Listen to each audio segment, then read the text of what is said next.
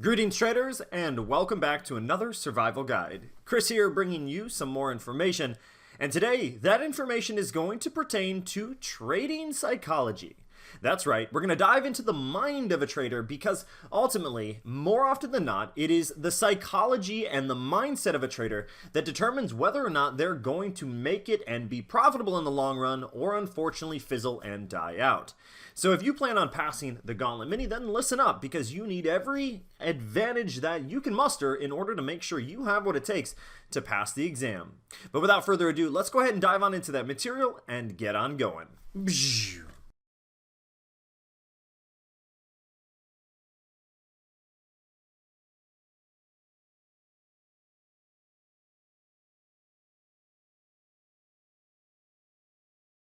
Trading psychology is just as important to an investor as their knowledge of the fundamental or technical analysis that they're using to analyze the market. If we strip away the various layers of the trading mindset, we can sum it up in really one phrase, and that phrase is, how do we cope with the risk-reward ratio? Many people will automatically assume that traders are just simply risk takers, but this is not necessarily the case. Really, we want to be masters of risk as traders and not just simply risk takers. Discipline is just as important as the ability to spot an opportunity and go for it. Trading psychology can be described as the mental and largely emotional thought process that influences a trader's decisions to execute orders in the market. When we talk of trading psychology, there are numerous emotions and skills to consider, described as two sides of the same coin. For example, a trader has to be quick-witted, but also needs to have thought through their next move before they execute it. They need to exercise a degree of discipline and appreciate that gut feeling that might come around about a particular opportunity that they're investigating. So for every emotion associated with trading psychology, there is also an exact opposite to consider. Many people attribute the success of top athletes to innate talent, but much of that is actually well-deserved skill. The training and discipline is a huge part of what makes anyone good at anything. Not all investors are born as a perfect trader out of the gate, and in fact, most of them are not. In large, they generate these skills through honing their understanding of the markets in conjunction with understanding of their own mind and the psychology that involves trading. Let's talk about what makes trading psychology so important to us as traders. As traders, we need to be decisive with the ability to act immediately, but at the same time, we also need to be able to stay calm so we can think clearly. We need to be risk takers, but we also need to exert some degree of caution as we are taking those risks. At first, this almost seems counterproductive, but the reality is about finding that delicate balance between all areas and being fine-tuned with both your emotional aspect that gets involved and triggered while trading, as well as your logical brain that is going to guide you through the logical thought process behind why you might be interested in something to begin with.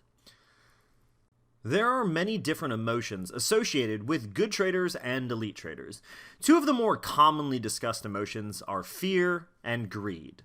The relationship between fear and the risk-reward ratio is one of the commonly talked about trading psychology topics, and that's because unfortunately for many traders, fear is an emotion that can quickly dominate their mindset, and in turn it dictates their actions.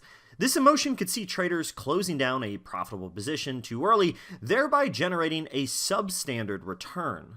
They tend to focus too much on the actual return instead of continuously adjusting the risk-reward ratio. At some point, this may indicate that there is a significant upside remaining for relatively little additional risk. While it is never wrong to go ahead and take a profit, there is also another saying in the market, and that saying is run your winners and cut your losers. Those who are not disciplined, focused, and have not fully delved into investing for too long often do exactly the opposite of this, however. They very often run their losing trades entirely too long, with pride often to their detriment, while cutting their winners too early so they can lock in some profit after experiencing a string of losses. This can be a very damaging mindset to reinforce and to allow to continue. Another mindset is the relationship between greed and the risk-reward ratio. Someone with sound trading psychology will generally appreciate the changing risk-reward ratio as futures contracts or other asset prices move up or down in their favor. They will leave something for the next person, so to speak, which at first can sound a little bizarre. This means that the experienced traders would be happy to sell just before the top of the market and before the bottom of the market as those sellers start falling out and the market begins to rise again. Those who don't fully appreciate the ever-changing risk-reward ratio will try to squeeze every last dollar out of their investment, even if the additional reward is not worth the risk. Greed is a mighty strong emotion, and it can be the nemesis of many traders, especially in the retail world. Remember, we always want to remember that there is a direct correlation between the risk and the reward. If there was no risk, then there really wouldn't be a reward. It's that simple. So we need to understand the relationship between the greed and the risk-reward ratio, as well as the relationship between the fear and risk-reward ratio. There are common mistakes that traders make on a daily basis that if they were aware were mistakes to begin with, maybe they wouldn't make them. So let's go ahead and address some of the most common ones out there. The first one is finding information to match your theory. What I mean by this is looking for things that you want to see and ignoring information that does not fit in with your beliefs. As an experienced trader, you would see both sides of the argument. As an inexperienced trader, you might only look for something to validate what you're already wanting to do. This means if you're looking to buy, you're only going to look for things that substantiate that idea that a buy would make sense. And you'll ignore any of the ideas that say maybe a buy is not so good right now because there might be some bearish activity to come. Another mistake that traders make commonly is the fact that losses can play heavy on their heart. While the prospect of a loss should never be taken lightly, it all needs to be judged in relative terms. If we took out an option on the market and it turned against us, but we sold on the first downturn, then in relative terms, we made the right decision. And yes, we may have taken a loss in the short term, but it could have been a lot worse. And we should allow ourselves to be satisfied with the fact that we made the best of an unfortunate situation. We don't want to think of it in the other angle and go, well, hey, we lost this money and this is just going to ruin our day, which then snowballs into other losses. Another mistake that traders make is the mind over matter mistake. What I mean by this, history does repeat itself regularly, and it does so in all walks of life.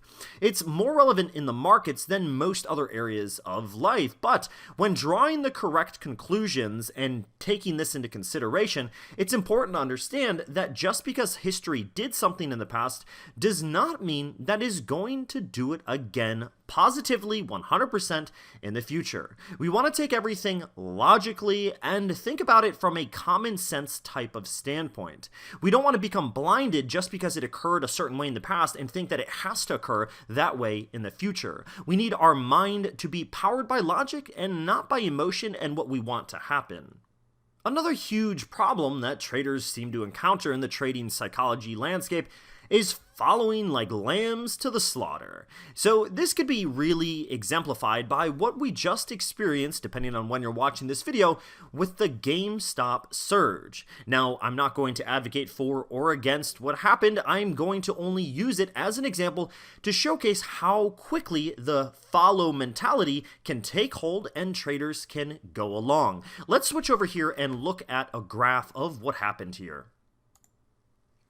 When the coronavirus pandemic had a huge impact on company sales at GameStop, the share price was in the single digits, with the expectations being, by most, that there was a whole lot of bearish future ahead for GameStop. Not good. And as such, the hedge funds took out a large number of short positions. They actually opened more shorts than was even theoretically possible. They made their short positions known, and essentially what happened was Reddit and the Wall Street Bets community, which is a subreddit, decided that they were going to fight back and prove a point against the man. The idea here is, with the way that the shorts work, if the shorts were unsuccessful in pushing price lower, then the hedge funds would in turn have to cover their positions, which means they would have to buy, which would in turn, ideally, push the market higher. So the concept here was that if enough lambs went to the slaughter, it would actually overpower the person doing the slaughtering, in this case, which was the hedge funds.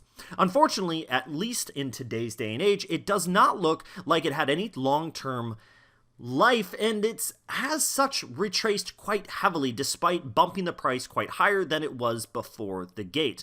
Now, how this will play out, time will tell, but the idea to be aware of and the thing to take away from this is just because we are told by the masses, whether it's on one side of the coin being the hedge funds or on the other side of the coin being the Reddit thread Wall Street bets, it may not be an intelligent choice to dump our entire life savings in with a decision from either side of the coin. We don't want to jump in just because other people are doing it. There has to be a more logical reason behind it, and usually in the case of stocks, we prefer it to be a more fundamentally sound reason behind it. There are many ways that trading psychology can help us avoid a lot of the errors that we talked about. The first is to make sure that we're always looking at the pros and cons of every investment. This means that we want to understand the reasons why buying makes sense and the potential reasons why selling might be a good idea. That way we can take a balanced approach, not just a biased one-way thinking when we jump into something. It's important to always do this with whatever it is that we're doing, whether it be a stock market play or whether it be a futures contract that we're looking to take advantage of. We want to play both sides of the coin out in our head and then see how we feel about the position from a more well-rounded area instead of just always looking, does this make sense to buy, never even considering why someone might be interested in selling, and just selling without ever even considering why perhaps someone else might be ready to buy. We also want to make sure that we don't let our losses dictate our future decisions. We want to cut our losses and we want to run our winners. It sounds easy, but the concept is usually a little bit more difficult to apply in reality, but this is something that we want to strive to achieve.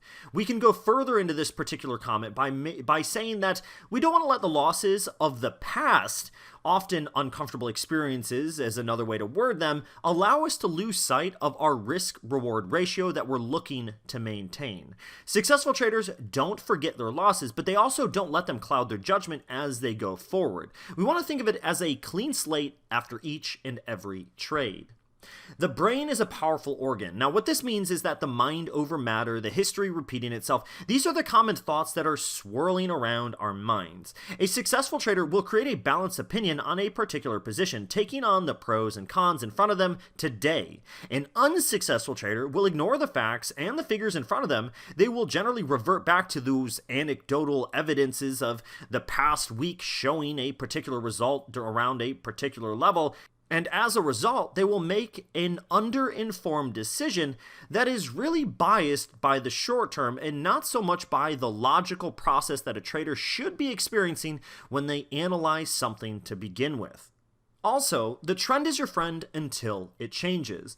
It's important to understand that yes, going on the side of the trend is widely accepted to be a much less risky decision as any type of investment idea supports because we're riding with the momentum of whatever it is that we are looking to invest in. So naturally, if we're going in the direction that something is already going, the amount of change that has to occur on the market for us to maintain a profitable position is less so than if we go directly against where the market is currently going.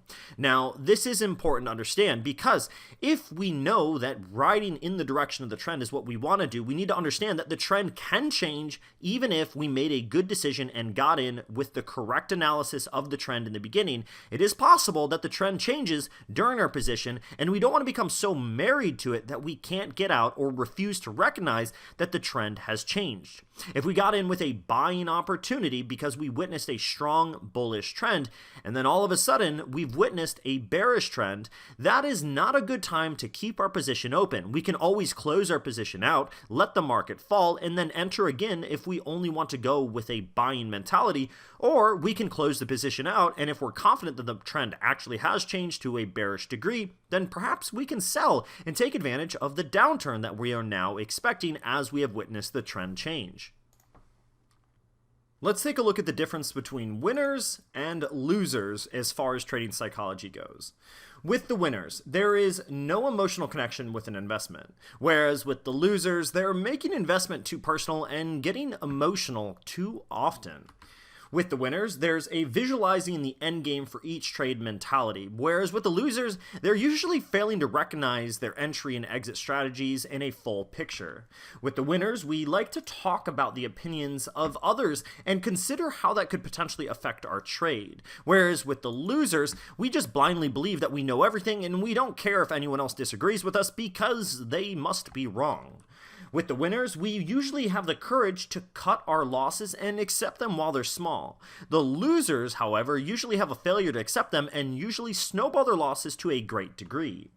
The winning mindset usually encompasses blanking the emotion of panic from their mind. That means they are removing panic as an option to feel to begin with. The losers act in haste and they usually repent at leisure. The winners will entertain a diversification strategy where they're making sure that what they're doing is covered before they go in, whereas the losers are usually jumping in with no logical coverage and they're keeping the risk at an all-time high every single time that they're executing. The winners will usually have the courage of their own convictions, meaning they know that they did the homework and they're comfortable with the outcome, whether it's positive or negative, because they know they put in the correct work. The losers will be overly influenced by third parties, and even though they may have done some homework, they may not feel confident that they did enough, and as such, they'll let other people's opinions influence whether or not they should open or close a position.